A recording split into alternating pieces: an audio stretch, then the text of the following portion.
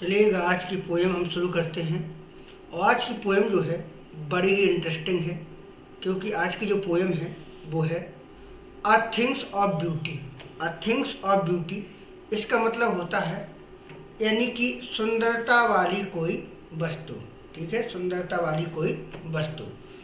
अच्छा, यह पोएम जो है हमें ब्यूटी के बारे में बताती है। ब्यूटी क्या है, सुंदरता क्या है।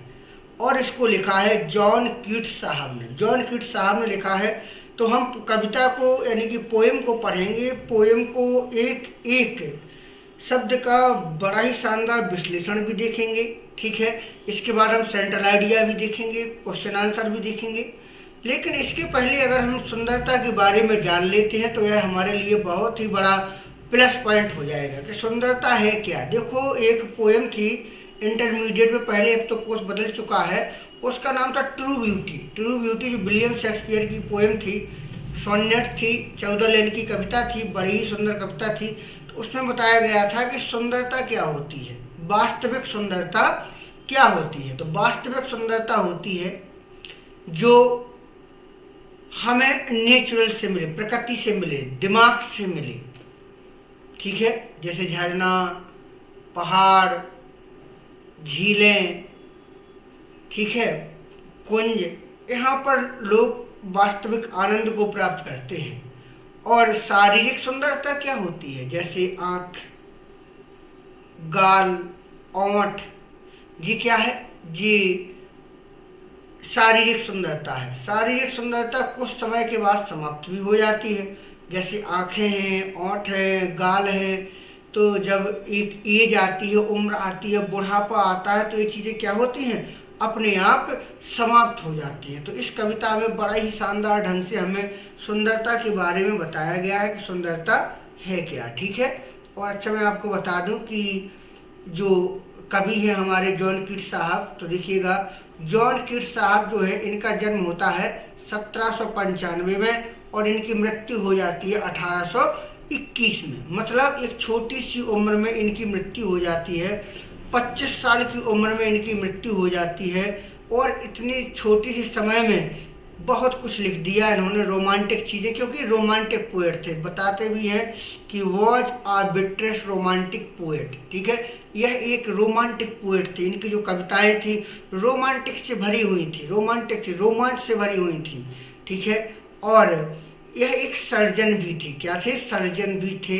ठीक है, शल्य चिकित्सा भी जानते, चीर फाड़ वगैरह, सर्जरी करना वगैरह भी जानते थे। और इनका जो पहला, मैं आपको बता दूं कि जो पोएम था वो था एंडीमियोन। एंडीमियोन अ पोएटिक रोमांस, जो पहला पोएम था जो रोमांस से भरा हुआ था। ठीक है, तो अभी हमने थिंग्स ऑफ ब्यूटी के बारे में जाना। अब हम पोएम को देखते हैं जिसकी एक एक लाइन पर विशेष नज़र रखेंगे। ठीक है, चलिएगा शुरू करते हैं पोएम को और यहाँ से हम समझेंगे। ठीक है, यहीं से आप लोगों को क्वेश्चन आंसर भी मिलेंगे। ठीक है, देखिएगा,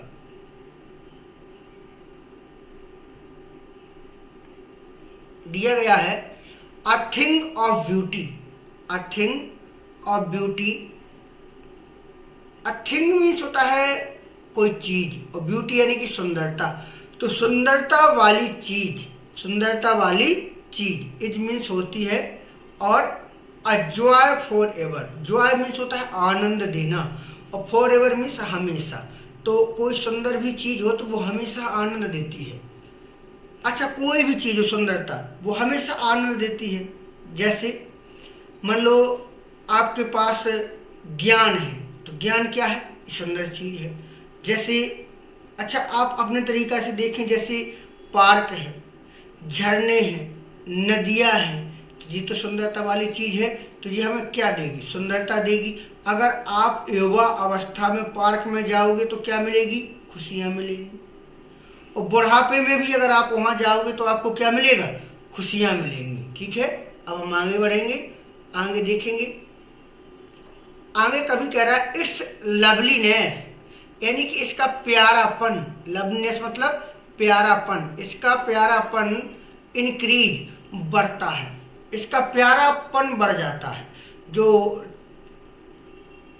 थिंग्स ऑफ ब्यूटी होती है, सुंदरता होती है, तो इसका प्यारापन बढ़ जाता है, हर कोई इसको चाहता है, हर कोई स्नेह करता है, प्रेम करता है, ठीक है। और यहाँ पर कवि ये भी कह रहे हैं कि इट विल नेवर, यह कभी पास इनटू नथिंगलेस, नथिंगलेस मतलब जिसकी वैल्यू ना हो, जीरो हो, शून्यता हो, और पास मीन्स गुजरना, होकर जाना, तो it will never pass into nothingness, तो यह कभी शून्यता से होकर नहीं जाता है, शून्यता से होकर नहीं जाता। जैसे कभी तुम जाओ, मतलब कुंजों में घूमो, पार्कों में घूमो, झरनों के बीच में घूमो, कभी ऐसा नहीं होगा कि अरे आप उदास होकर चले आओ, उदास नहीं हो सकते हैं आप। कभी भी आप उद्यान में जाएं, बाग बगीचे में जाएं, सुंदरता के बीच में जाएं, तो ऐसा नहीं होगा कि आप वहाँ से शून्य कुछ लेकर ना आए, आप बहुत कुछ लेके आएंगे, वहाँ से खुशबू लेके आएंगे, आनंद लेके आएंगे, ठीक है। तो वहाँ से बहुत कुछ लेके आते हैं, हम अपनी कल्पनाएं लेके आते हैं। यहाँ पर कभी आगे कह रहा है कि बट लेकिन will keep a bower means होता है कुंज, बोअर मीन्स कुंज, कुंज जानते हो, जहाँ पर फूलों का गुलदस्ता हो, एक झुंड टाइप का हो, उसके नीचे हम बैठ जाएं। तुमने सुना भी होगा कुंज गली, कुंज बिहारी, श्री कृष्ण भगवान का एक नाम है कुंज बिहारी, मतलब कुंज में विहार करने वाले, जो फूलों के ऊपर लदी हुई, जो फूलों से लदी हुई घाटियां होती हैं उनके नीचे विचरण करने वाले, ठीक है, यानी कुंज उसी को कहा जाता है, ठीक है। फिर आगे क्वाइट फॉर अस हमारे लिए शांत होता है, and a slip full of sweet dream, और हमें नींद देता है, कैसे, फुल ऑफ स्वीट ड्रीम, मधुर सपनों से भरी हुई हमें नींद देता है। क्या देता है, मधुर सपनों से भरी हमें नींद देता है, और क्या देता है कि द हेल्थ, स्वास्थ्य देता है, और क्या देता है, एंड क्वाइट ब्रीथिंग, और शांत श्वासों को प्रदान करता है। किसको प्रदान करता है, सांसों को, शांत सांसों को प्रदान करता है, सुंदरता। तो सुंदर जो कुंज होते हैं, जो कुंज हमें क्या क्या प्रदान करते हैं, देखिए एक बार फिर से देखेंगे। A thing of beauty is Joy for ever, हमेशा के लिए आनंद देने वाली होती है। इट्स लवलीनेस इंक्रीज, इसका प्यारापन बढ़ जाता है। It will never pass into nothingness, इस शून्यता से होकर नहीं जाती है। But will keep a bower quiet for us, लेकिन हमारे लिए एक शांत कुंज का निर्माण करती है, शांत स्थान प्रदान करती है। And a slip full of sweet dream, और हमें मधुर सपनों से भरा हुआ एक अच्छी नींद, अच्छा स्वास्थ्य और अच्छी सांसें प्रदान करती हैं, ठीक है। इसको हमने समझा, समझ में आया। अब हम आगे बढ़ेंगे, ठीक है। अब आगे हम देखते हैं, तो यहाँ पर जॉन कीट्स हैं, वो क्या कह रहे हैं देखेंगे।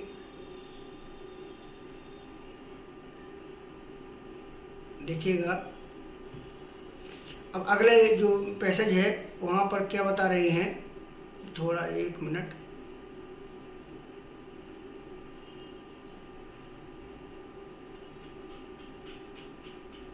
देखें।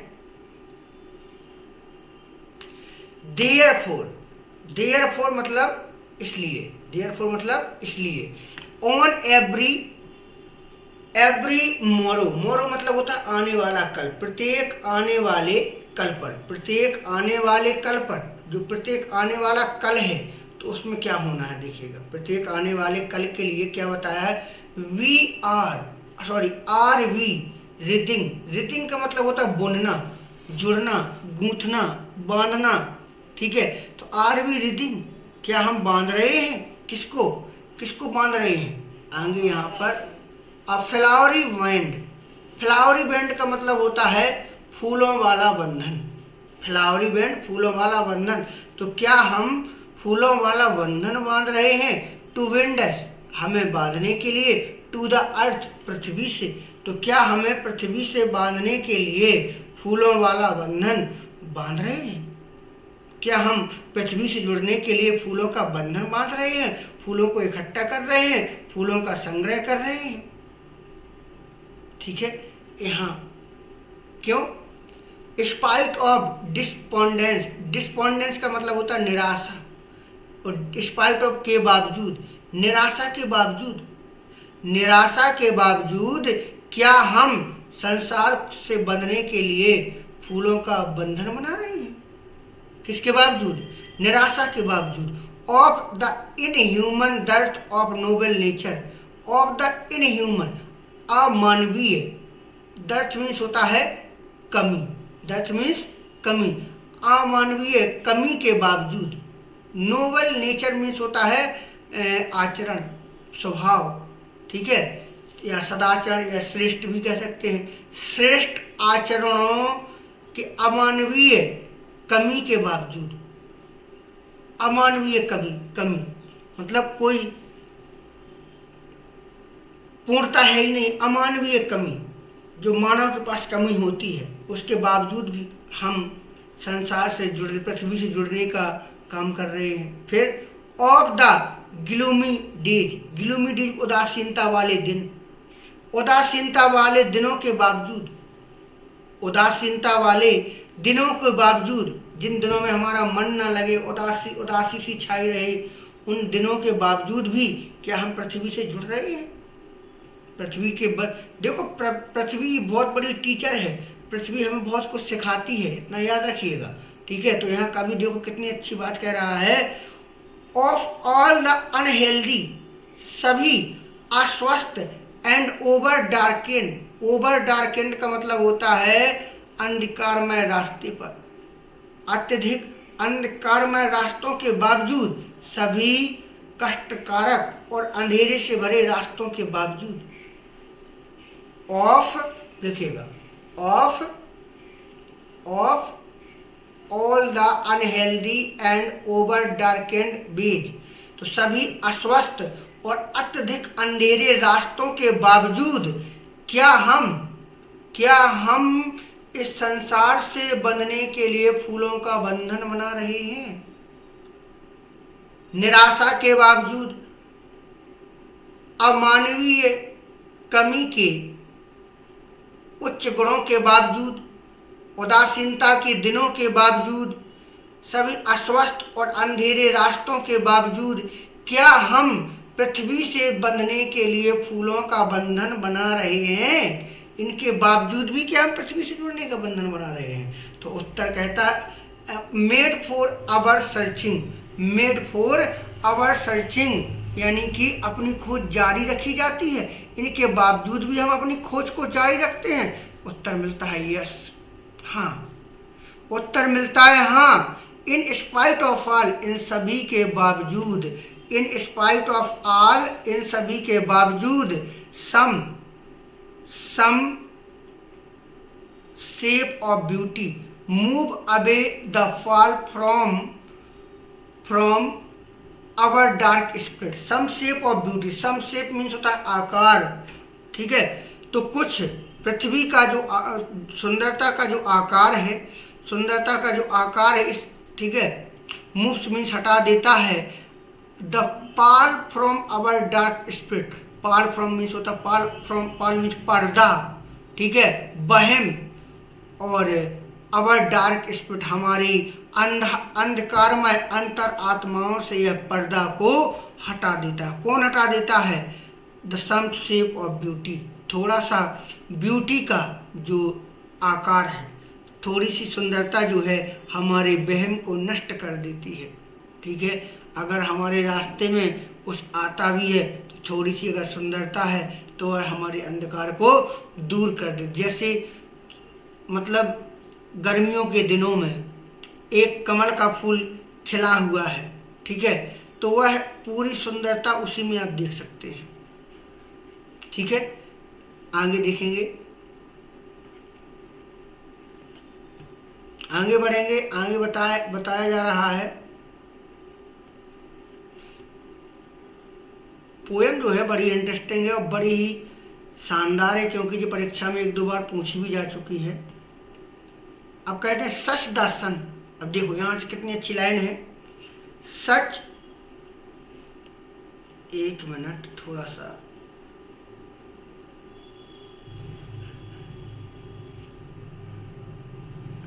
सच द सन, जिस प्रकार सूरज, सच द सन, जिस प्रकार सूरज, जिस प्रकार चांद, जिस प्रकार सूरज, जिस प्रकार चांद।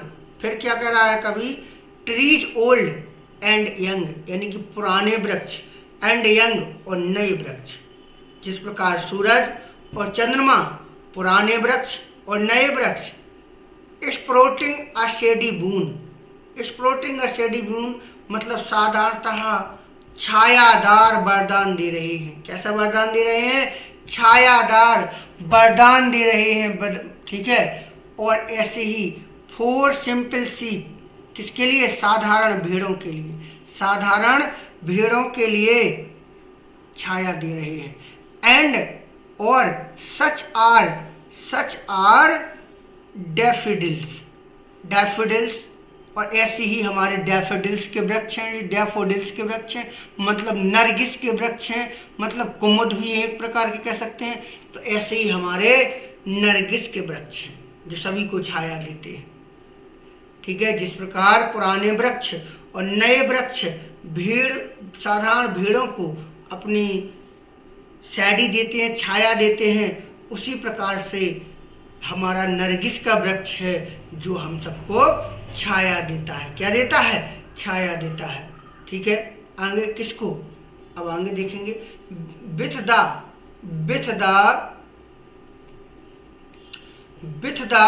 ग्रीन वर्ल्ड, इस हरे भरे संसार में, with the green world they live in, वे रहते हैं, इस हरे भरे संसार में वे रहते हैं। And clear reels, reels means होता है छोटी छोटी धाराएं, जो पहाड़ों से निकलती हुई छोटी छोटी धाराएं होती हैं, जो को पहाड़ से नदियां निकलती हैं, लेकिन नदी नीचे बनती है पहाड़ के ऊपर कभी नदी नहीं बनती है, पहाड़ के तो नीचे ही नदी बनती है। आदमी पूर्ण कब बनता है, जब उसको छोटे छोटे से ज्ञान मिले, ठीक है, एकदम से तो पूर्ण हो नहीं जाता है। उसी प्रकार से नदियां हैं, तो नदियां क्या करती हैं कि छोटी छोटी धाराओं को लेकर के एक बड़ी धारा बन जाती है, ठीक है।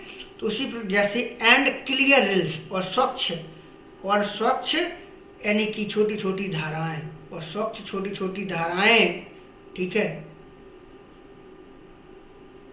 That for themselves a cooling covert make gents the hot season, that यानी कि जो for themselves स्वयं, a cooling means होता है शीतल, covert means होता है एक ढक्कन, ढाकना, ठंडक प्रदान करना, ठीक है।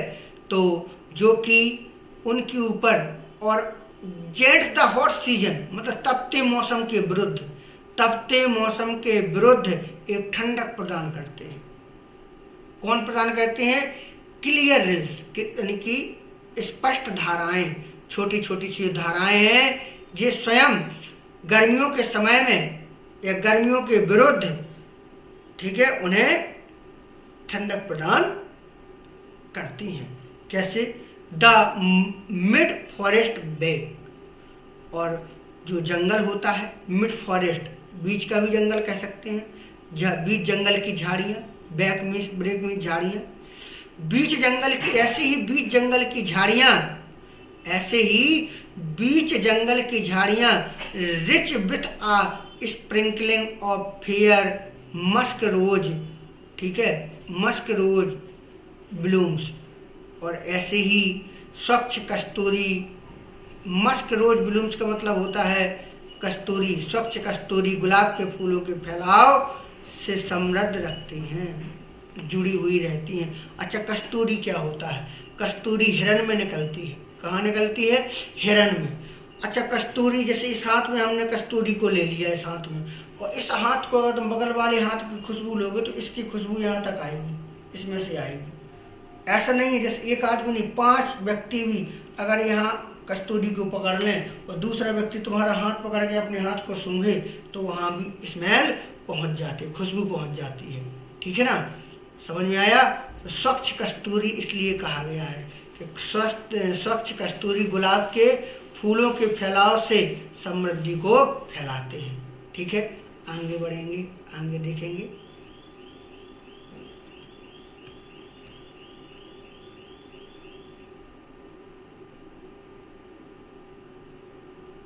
आगे बता रहे हैं एंड और such too is the grandeur of the dooms. Such means होता है ऐसा, सच मीन्स ऐसा। Too is the grandeur of the dooms. Grandeur means होता है वैभव, ग्रैंड्योर मतलब वैभव, ऐसे ही वैभव, ऐसे ही वैभव, ठीक है।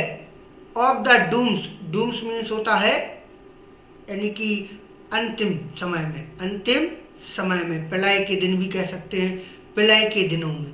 We have imaged, we have imaged, हम कल्पना करते हैं। For the mighty dead, mighty means होता है महान पराक्रमी, और डेड मीन्स होता है मरे हुए, मृत। तो महापराक्रमी मरे हुए मृत लोगों की हम कल्पना करते हैं। ऐसे ही वैभव कि हमने अपने पराक्रमी महान मृत के लिए प्रलय के दिनों की कल्पनाएं की हैं। और लवली टेल्स, सभी सुंदर कहानियां हैं, जो सभी सुंदर कहानियां हैं।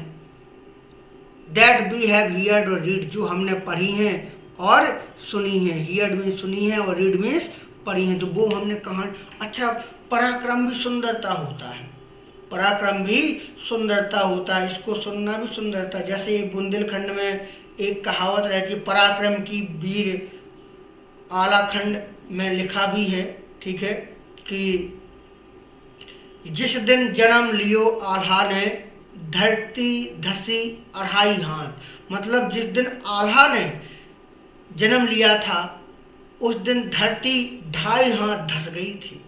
तो ये क्या है, सुंदरता तो है, पराक्रम की सुंदरता तो है। अच्छा, और भी मिलता है यहाँ पर देखने को हमें महोबा जिले से, बुंदेलखंड से क्या मिलता है। जैसे आला उदल की बात करें तो मिलता है कि बड़े लड़ैया महोबे वाले जिनसे हार गई तलवार, मतलब ऐसे तलवार भी हार गई है।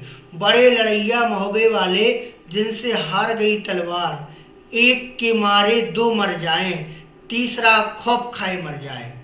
सुनना इसको, एक के मारे 2 मर जाए। वो युद्ध देखिए आला उदल का कैसा रहा होगा कि एक को मारे 2 मर जाएं। एक को मारते थे वो कितने मर जाते थे, 2। तीसरा खौफ खाए मर जाए, और तीसरा जो भयंकर पराक्रम देखता था वीरता का, तो खौफ के मारे ही मर जाता था। एक के मारे 2 मर जाए, तीसरा खौफ खाए मर जाए, ठीक है। और मुर्दा के नीचे जिंदा लुक गो, मुर्दा जो मर जाए, मुर्दा के नीचे जिंदा लुक गो, ऊपर लोथ लई लटकाए, ठीक है।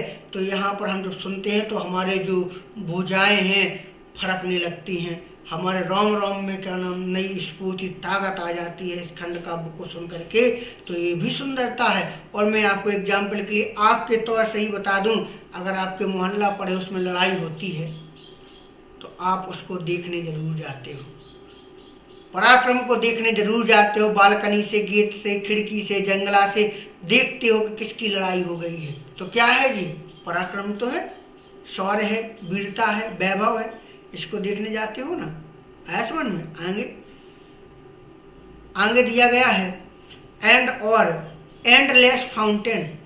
एंडलेस का मतलब जिसका अंत ही ना हो, मतलब अनंत, फाउंटेन यानी फव्वारा, और अनंत फव्वारा ऑफ इमोर्टल ड्रिंक्स यानी कि अमृतता का पेय। इमोर्टल मीन्स अमृत, मतलब अमरता, अमरता भी कह सकते हैं। और अमरता का पेय, और अमरता का पेय प्योरिंग अनटू अस, हम में उड़िलता है, हमको प्रदान करता है। क्या प्रदान करता है? फ्रॉम द हेवंस ब्रिंक, मतलब स्वर्ग के किनारे पर से हमें डुबोता रहता है, ठीक है। अमर पेय या अमृत का एक अनंत फव्वारा स्वर्ग के किनारे से हमें डुबाए रखता है, ठीक है। तो ये हमारा का नाम पोएम था, पोएम को हमने पढ़ा, ठीक है। अब हम देखेंगे इसका सेंट्रल आइडिया, ठीक है। सेंट्रल आइडिया देखेंगे।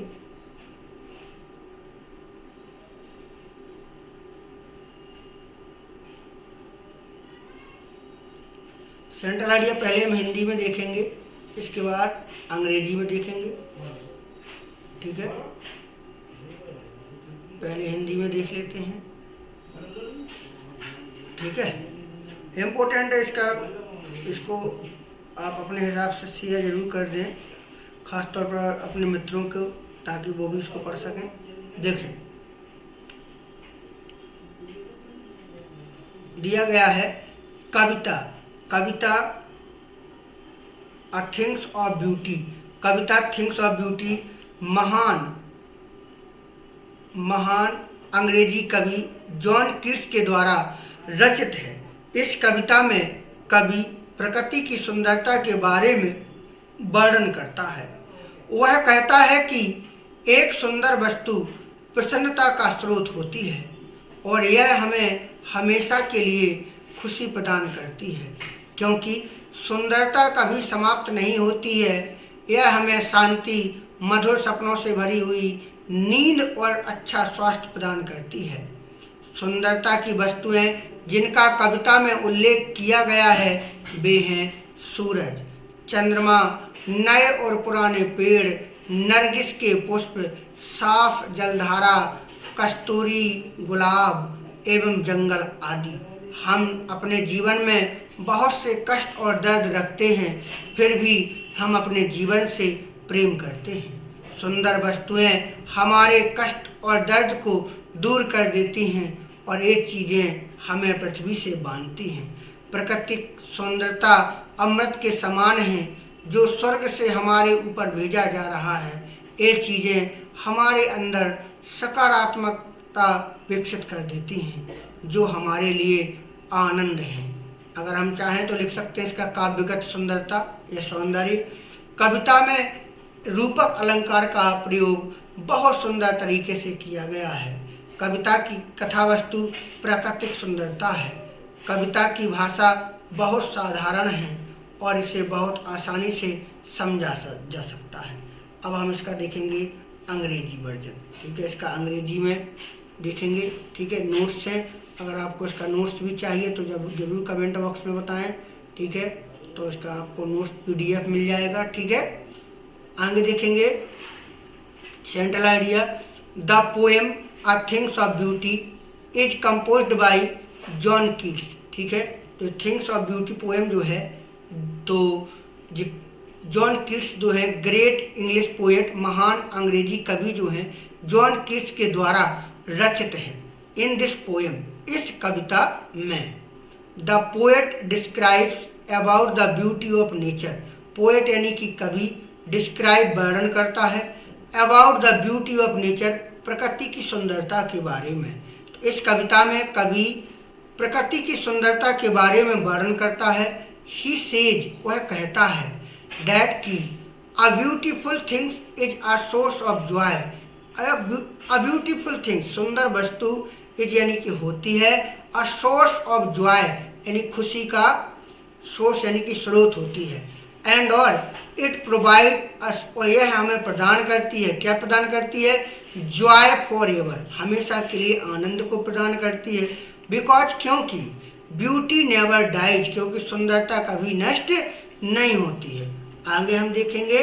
ठीक है, आगे पढ़ना है।